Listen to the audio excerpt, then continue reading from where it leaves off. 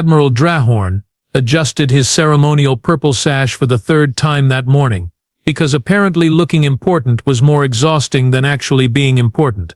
The Zeltharian Empire's most decorated military leader stood 7 feet tall, with skin the color of old pewter and eyes that glowed like dying stars. His 4 arms gestured dramatically as he addressed the Galactic Council, each movement calculated to remind everyone present of his supposed superiority. "Esteemed colleagues," Drahorn began, his voice dripping with the kind of condescension usually reserved for explaining basic mathematics to particularly slow children. "We gather today to discuss the most primitive species our scouts have encountered in 3 centuries, humans." The word rolled off his tongue like a particularly distasteful piece of expired protein paste. Around the circular chamber, representatives from 47 different species leaned forward in their bio-adaptive chairs. The air recyclers hummed quietly, working overtime to filter out the mixture of pheromones, gases, and general smugness that filled the room. "Their technology is laughably backwards," Drahorn continued, activating a holographic display that showed Earth spinning lazily in space. "Chemical rockets, fossil fuels. They still use something called the Internet, which is apparently just a collection of cat videos and arguments about food preparation." A ripple of what passed for laughter among beings with respiratory systems ranging from gill slits to atmospheric filters echoed through the chamber. General Krafnog, whose species resembled oversized lizards with management degrees, slapped his scaled knee in amusement. "Admiral," interrupted Judge Quintara, the tribunal's chief legal officer, "what strategic value does this backwater planet actually possess?" Her tone suggested she already knew the answer, and found it mildly disappointing. Drahorn's eyes brightened, literally, as his bioluminescent organs responded to his excitement. "Ah, my dear Judge, that is precisely why we are here. Their planet contains enough rare minerals to power our fleets for the next millennium. Lithium, cobalt, platinum, and something they call oil, which they apparently burn for entertainment." "And their military capabilities?"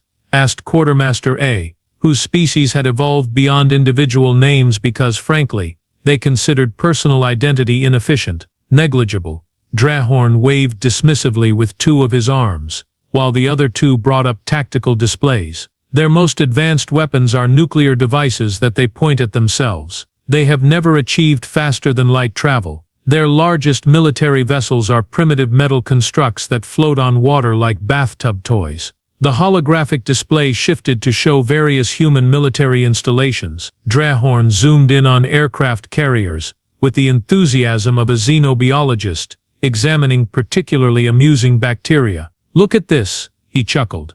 "They built floating cities just to park their tiny atmospheric fighters on. The inefficiency is breathtaking. Our smallest patrol craft could disable their entire planetary defense grid during a lunch break." "So," rumbled Admiral Vashi, whose gravelly voice made even casual conversation sound like a geological event, "you are proposing we simply take their planet." "Take it." Drahorn's laugh was the sound of wind chimes made from broken glass. "My dear Admiral, I am proposing we give them the honor of mining their own world for us. Think of the efficiency. We establish orbital platforms, demonstrate our technological superiority, and they hand over their resources in exchange for not being reduced to their component atoms." The motion passed unanimously, because nothing builds confidence like a completely one-sided vote against a species that was not present to defend itself. "Excellent," Drahorn declared, already mentally composing his victory speech.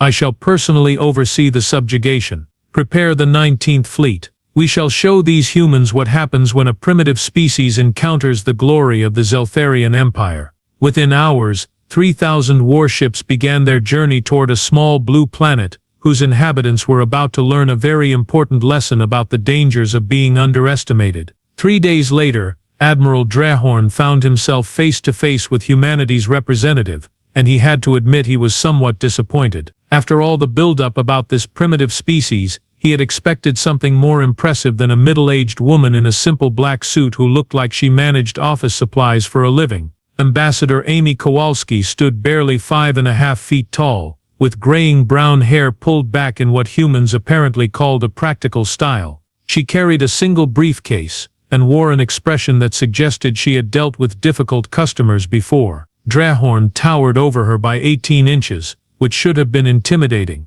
but somehow, Amy managed to look like she was the one doing him a favor by showing up. "Ambassador Kowalski," Drahorn began, using his most patronizing tone, "how refreshing to finally meet a representative of your species. I trust your journey from Earth was not too taxing for your primitive vessels." Amy smiled politely, the way customer service representatives smile at people who demand to speak to the manager. "Actually, Admiral, we hitchhiked with some traders from the Centauri system. Lovely folks. They were curious about human coffee, so we worked out an arrangement." The fact that she seemed completely unfazed by being surrounded by beings who could crush her species like insects was either admirable stupidity or something else entirely. Drahorn chose to assume it was stupidity, because the alternative would require him to reconsider his entire worldview, and he had a schedule to keep. "How wonderfully resourceful," he said, managing to make resourcefulness sound like a character defect. "Now, shall we discuss the terms of your planet's transition to Zeltharian management? I think there might be some confusion here," Amy replied, opening her briefcase with the calm efficiency of someone about to explain why their insurance claim had been denied. "We understood this was a diplomatic meeting to establish peaceful relations between our species." Judge Quintara leaned forward from her position at the negotiation table, her pale blue skin shifting to a slightly darker shade that indicated either amusement or digestive distress. "Ambassador, there has been no confusion. Your species has been evaluated according to Galactic Statute 42B, which clearly states that any civilization lacking faster-than-light capability may be designated as a protectorate under more advanced species. It is really quite generous," added Drahorn, because apparently he thought adding insult to injury was good diplomacy. "We will establish orbital facilities to oversee the extraction of your planet's resources. Your people will be provided with appropriate housing and work assignments. Think of it as a promotion from your current status as an unrecognized species to valued contributors to galactic civilization." Amy nodded thoughtfully, as if she were considering a timeshare presentation from someone wearing an obviously fake smile. "That is indeed generous. However, I should probably mention that Earth's government has reviewed your proposal, and we must respectfully decline." The silence that followed was the kind of silence that occurs when someone says something so unexpected that everyone present needs a moment to process whether they heard correctly. Drahorn blinked all four eyes in sequence, a Zeltharian expression of confusion that roughly translated to "Please repeat that ridiculous thing you just said." "Decline," he repeated, as if the word was in a foreign language he had never heard before. "Yes," Amy said simply. "We prefer to remain independent. However, we are certainly open to trade agreements, cultural exchanges, and mutual defense treaties. We have prepared several proposals that I think you will find quite reasonable." Judge Quintara's skin shifted to a deep purple, which in her species indicated either extreme anger or a severe allergic reaction. "Ambassador, you seem to misunderstand your situation. This was not a negotiation, this was an announcement of your new status." "Oh," Amy said, in the tone of someone who had just realized they had been talking to a particularly aggressive telemarketer. "Well, in that case, I am authorized to inform you that any attempt to implement your proposal will be met with appropriate defensive measures." Drahorn's laughter was the sound of industrial machinery having a nervous breakdown. "Defensive measures, my dear primitive creature? We have 3,000 warships capable of reducing your entire planet to space dust. What could you possibly do to defend yourselves?" Amy smiled again, and for just a moment, something flickered behind her eyes that made Drahorn suddenly uncomfortable. "Admiral, that sounds like a threat against Earth and its citizens. Are you absolutely certain you want to make threats against humans?" 48 hours, Drahorn announced. Because apparently he had mistaken Amy's warning for a bluff. "You have 48 hours to reconsider your position. After that, we will demonstrate why cooperation is preferable to resistance." Amy closed her briefcase with a soft click. "Well, that is unfortunate. I really had hoped we could work something out." From the comfort of his flagship's observation deck, Admiral Drahorn watched with smug satisfaction as his spy networks reported the delicious chaos unfolding across Earth. The planet's surface practically buzzed with frantic activity, and every intercepted transmission confirmed what he already knew. Humans were scared, desperate, and completely out of their depth. "Admiral," reported his intelligence officer, a spider-like creature whose 8 eyes gleamed with excitement.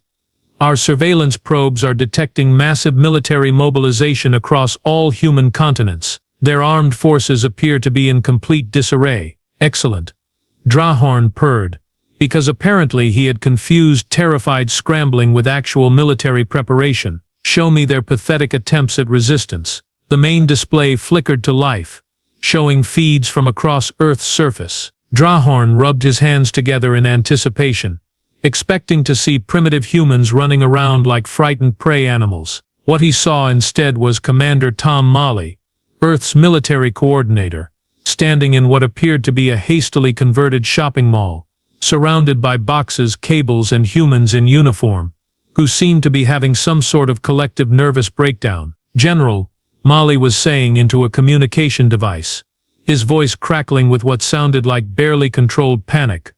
"I need those shipments moved to Sector 7 immediately, and for the love of all that is holy, someone please tell me why half our equipment is still in packaging." Drahorn chuckled. The human military leader was clearly overwhelmed. His facility looked like a warehouse explosion had been organized by committee, and his personnel were rushing around with the coordinated efficiency of caffeinated squirrels. "Their command structure is already collapsing," observed General Krafnog, who had been studying human military doctrine with the enthusiasm of someone reading children's books. "Look at how their commander Mali gesticulates wildly.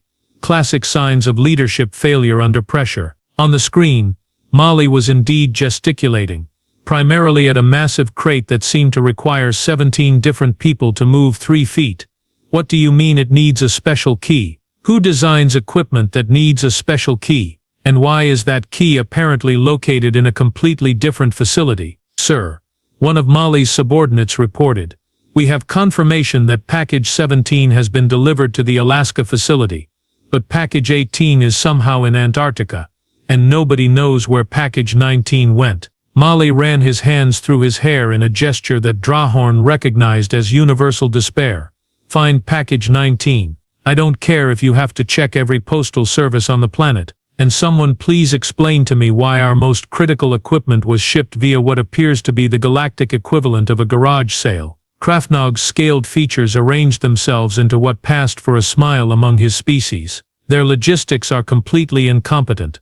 They cannot even track their own supplies. This will be easier than conquering a planet of particularly dim-witted herbivores." Quartermaster A's report arrived precisely on schedule, because punctuality was one of the few things his species had perfected. "Admiral, based on intercepted human communications, I have compiled a comprehensive list of resources we can expect to acquire within the first week of occupation." The holographic display updated to show Earth's continents with glowing markers indicating mineral deposits, population centers, and industrial facilities. Quartermaster A had even included helpful charts showing projected mining outputs and labor allocation schedules. "Notice how their military facilities are concentrated in easily identifiable locations," he noted with professional satisfaction. "Their Pentagon, NORAD, and similar installations are clearly marked on their own communication networks. They have essentially provided us with a complete targeting list."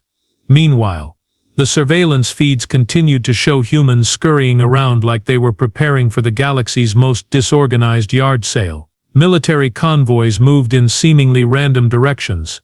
Aircraft took off and landed at facilities that had no obvious strategic value, and personnel appeared to be having heated arguments about everything from equipment manuals to lunch schedules. "Sir," Mali was saying to someone off-screen, "I need you to explain to me, using small words and possibly hand puppets, why our defensive grid requires components that were apparently manufactured by 17 different species across 12 different star systems." "Because," came the reply from a voice that sounded tired enough to power a small city, "the previous administration thought it would be more cost-effective to outsource our defense systems to the lowest bidder." Mali's expression suggested he was contemplating the career benefits of early retirement, and the installation manual, written in a language that went extinct 300 years ago. Drahorn's laughter filled the observation deck. They are trying to assemble defensive systems they cannot even understand. This is better than I had hoped. Their own incompetence will do half our work for us. The surveillance feed showed more of the same. Humans running around, moving things from one place to another, and having what appeared to be heated discussions about technical specifications that clearly exceeded their primitive understanding. Admiral, his communication officer announced, we are receiving multiple distress signals from various human governments. They appear to be requesting assistance from other galactic species. And the responses? Universal laughter, sir. The galactic community finds the idea of humans mounting any meaningful resistance to be quite amusing. Drahorn settled back in his command chair, feeling the warm glow of inevitable victory. In 36 hours, he would demonstrate to the galaxy why the Zeltharian Empire remained the dominant military force in known space, and humans would provide a textbook example of what happened when primitive species tried to play in the big leagues. 48 hours later, Admiral Vashi led the first wave of the invasion fleet toward Earth, with the confidence of someone who had never encountered a problem that could not be solved by applying overwhelming firepower. His dreadnought, the inevitable conclusion, emerged from hyperspace along with 200 escort vessels, their hulls gleaming like deadly jewelry against the starfield. Scanning the system now, reported his tactical officer, a being whose species had evolved from predatory fish and retained an impressive collection of teeth. Initial readings show minimal defensive presence, a few orbital stations, some communication satellites, and what appears to be a collection of primitive space debris. Vashi nodded approvingly. Through the massive viewports of his bridge, Earth hung before them like a blue and white marble, looking exactly as defenseless as their intelligence had predicted. No massive defense platforms, no energy shields, no fleets of warships rising to meet them, just a small, quiet planet that was about to learn why resistance was futile. Excellent, Vashi rumbled, his voice carrying the satisfaction of a job that was already half finished. Begin standard invasion protocol. Disable their communication networks, neutralize any military installations, and prepare for orbital bombardment of their major population centers. This should take approximately 15 minutes. The first wave of Zeltharian fighters screamed toward Earth's atmosphere, their energy weapons charging with the distinctive whine that had terrified dozens of species across the galaxy. Behind them, the main fleet spread out in perfect formation, each captain eager to claim their share of the glory. Sir, reported the tactical officer, we are detecting some kind of broadcast from the planet's surface. Put it through, Vashi ordered, expecting to hear the usual mix of surrender offers, pleas for mercy, and general panic that accompanied the conquest of primitive worlds. Instead, Commander Mali's voice filled the bridge, sounding remarkably calm for someone whose planet was about to be invaded. Attention Zeltharian fleet, this is Earth Defense Command. You are entering restricted space. Please alter course immediately or face the consequences. The bridge erupted in laughter. Even the normally serious tactical officer made a sound that might have been amusement if his species had possessed a sense of humor. Consequences. Vashi wiped moisture from his eyes. Did they just threaten us with consequences? Send a response. Tell them their consequences have arrived. The first wave of fighters reached Earth's outer atmosphere without encountering so much as a weather balloon. Their sensors detected the same pathetic collection of primitive satellites and space stations that had been identified during reconnaissance. A few small vessels that appeared to be commercial transports scattered like startled fish, which was exactly the kind of behavior Vashi had expected from a species that had never experienced real warfare. First wave reporting successful penetration of enemy airspace, announced the communication officer. No resistance encountered, beginning target acquisition on major population centers. Phase 2, commence bombardment, Vashi ordered, because apparently he believed in the importance of maintaining proper military terminology even when conquering defenseless planets. That was when everything went sideways, upside down, and through several dimensions that Zeltharian physics had not yet discovered. The first indication that something was wrong came when Lieutenant Korthax, piloting the lead fighter, reported what sounded like a technical malfunction. Command, I am showing massive energy signatures appearing across the planet's surface. This cannot be correct. The readings suggest weapons platforms with power outputs exceeding our dreadnought's main batteries. Recalibrate your sensors, Vashi replied dismissively. Primitive planets do not possess weapons that exceed our specifications. Sir. Korthax's voice carried a note of confusion. The signatures are not just appearing, they are targeting us. I repeat, Earth appears to have weapons systems that are actively locking onto our positions. Before Vashi could respond, Earth's surface lit up like a festival of destruction. What had appeared to be empty fields, harmless mountains, and peaceful ocean areas suddenly revealed themselves to be camouflaged weapons installations of a scale that defied everything Zeltharian intelligence had reported. Impossible, breathed the tactical officer, his multiple rows of teeth chattering in disbelief. Those energy signatures are reading higher than anything in our database. How did they hide installations of this magnitude? The answer became clear as the first human weapons fired, and Vashi realized with growing horror that Earth had not been defenseless. Earth had been patient. Massive energy beams, each one capable of vaporizing a battleship, reached out from the planet's surface with the precision of surgical instruments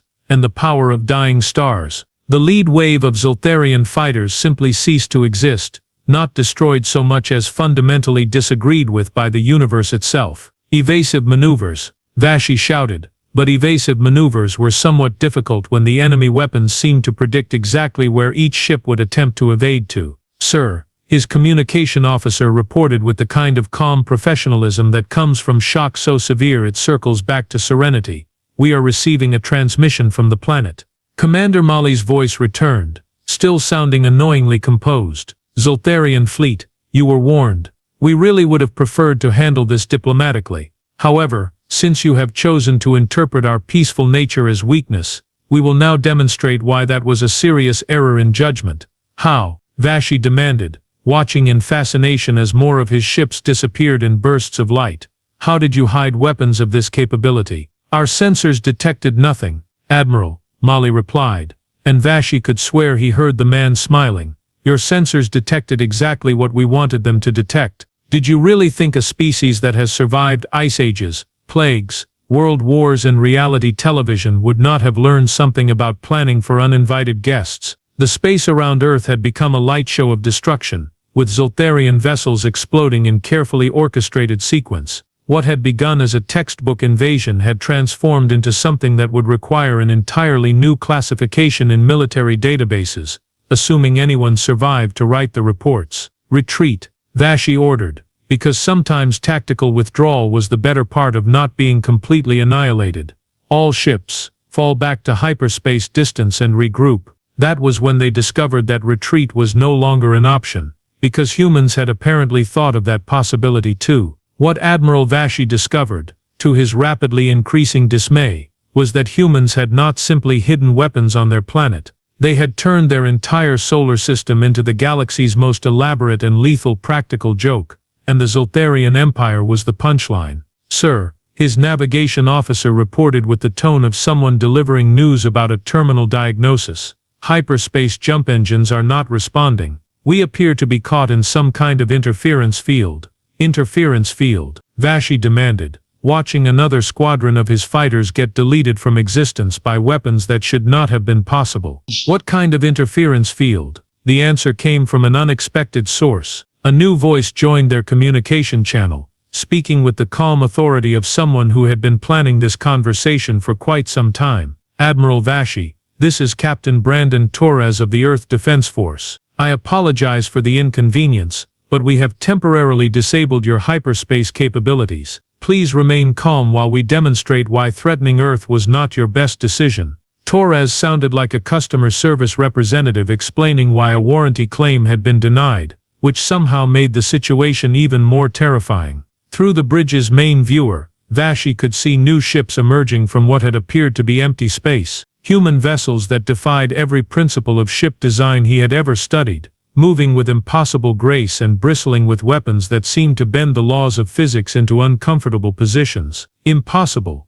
whispered his tactical officer. Those ships are using technology that predates their species by millions of years. Where did they acquire temporal stabilizers, quantum disruptors, gravitational inversors? Torres' voice returned, carrying a note of what sounded suspiciously like amusement. Admiral, your intelligence reports mentioned that humans lack faster-than-light travel. This was technically accurate, but perhaps not in the way you intended. We do not use faster than light travel because we discovered something considerably more efficient."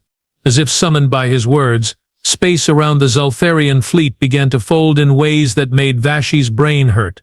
Human ships appeared from directions that did not exist, emerging from dimensional gaps that his sensors insisted were impossible. "You see," Torres continued, his voice now coming from speakers throughout the Zeltharian fleet, as human hackers apparently decided that privacy was overrated. "While you were developing bigger engines to go faster, we developed better mathematics to go smarter. Why travel through space when you can convince space to rearrange itself around you?" Each Zeltharian vessel found itself facing weapons specifically designed to counter their particular defensive systems, as if humans had studied their technology and decided to write a very pointed critique. "How did you know our shield frequencies?" Vashi demanded, watching his flagship's defenses fail in sequence as human weapons bypassed them with insulting ease. "Admiral," Torres replied, "your species has been using the same basic shield configuration for 3,000 years. We spent 6 months reverse engineering it from your own communication protocols. Did you know your ships broadcast their defensive specifications every time they perform maintenance cycles?" Vashi did not know that, and was beginning to suspect there were many things about humans that Zeltharian intelligence had failed to discover, such as their apparent ability to hack enemy communications from across solar systems, or their tendency to weaponize mathematical concepts that most species used for abstract theoretical discussions. "Fall back to the outer system," Vashi ordered his remaining ships, because tactical retreat seemed preferable to continuing to serve as target practice for beings who had apparently turned warfare into an exact science. "I am afraid that will not be possible," Torres announced. "You see, Admiral, when you threatened Earth, you did not just threaten one planet, you threatened humans. And humans, as you are about to learn, do not limit themselves to a single world." The Zeltharian fleet's sensors began detecting human ships throughout the solar system, not just around Earth, but stationed near every planet, asteroid, and significant gravitational body. Ships that had been waiting, cloaked, for exactly this scenario. "This is impossible," Vashi repeated, because apparently his vocabulary had been reduced to variations on that single theme. "Human colonization extends to only 3 systems. Our intelligence confirmed this." "Your intelligence," Torres said, with the patience of someone explaining basic concepts to a particularly slow student, "detected exactly what we wanted it to detect. Human colonization extends considerably further than 3 systems. We simply prefer that aggressive species not know the exact details of our expansion." The truth hit Vashi like a physics textbook thrown by an angry universe. Humans had not been caught unprepared by the Zeltharian invasion. They had been expecting it, planning for it, and preparing countermeasures that turned the entire concept of invasion into an exercise in futility. "Surrender," Vashi transmitted on all frequencies,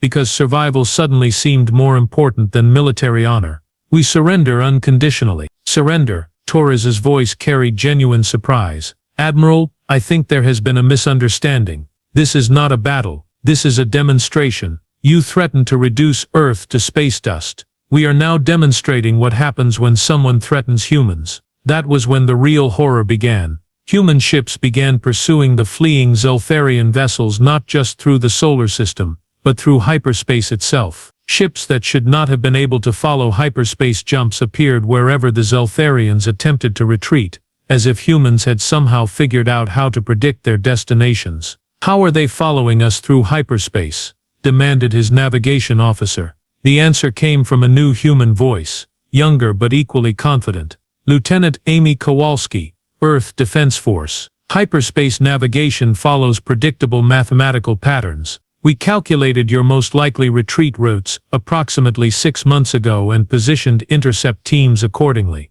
Vashi realized with growing terror that the humans were not just defeating his invasion force. They were systematically hunting down every ship that had participated in the attack, pursuing them across multiple star systems with the relentless efficiency of a species that had apparently turned revenge into a science. "This is impossible," he whispered one final time, watching his fleet dissolve under the precise application of human ingenuity. "Admiral," Torres replied, "you keep using that word. I do not think it means what you think it means." 6 months later, in a dingy cantina on the edge of charted space, two survivors of the Zeltharian Empire's greatest military disaster sat hunched over drinks that could strip paint from starship hulls. General Morin and Admiral Morton had once commanded fleets that made entire star systems tremble. Now they jumped at shadows and paid their bar tabs with fake identification chips. "Did you hear?" Morin whispered, his voice carrying the haunted quality of someone who had seen his entire worldview exploded by beings who used mathematics as a weapon.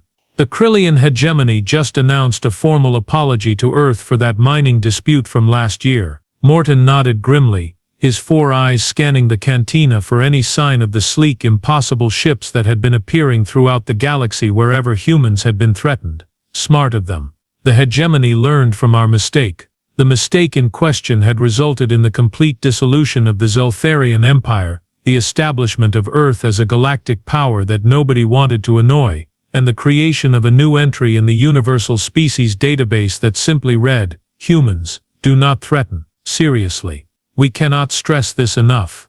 I still do not understand how they did it, Morin muttered, staring into his drink as if it might contain answers to questions that kept him awake at night. 3,000 ships. 3,000. Gone in less than 6 hours. The worst part, Morton replied, was the efficiency. No dramatic speeches, no gloating, no unnecessary cruelty. They simply explained what they were doing, and why, then did it with the kind of professional competence usually reserved for filing taxes. Around the cantina, representatives from dozens of species sat in hushed conversations, sharing the same story with variations. The tale of the species that had appeared harmless, primitive and defenseless, right up until the moment someone had been foolish enough to threaten them. The Galactic Council has issued new guidelines, Morin reported. All first contact protocols now include a mandatory section titled How to Avoid Accidentally Declaring War on Humans. It is apparently a longer document than the entire previous first contact manual. Morton's laugh was the sound of broken glass trying to be cheerful. Did you know that humans had colonized 47 star systems before anyone realized they had left their home planet? 47.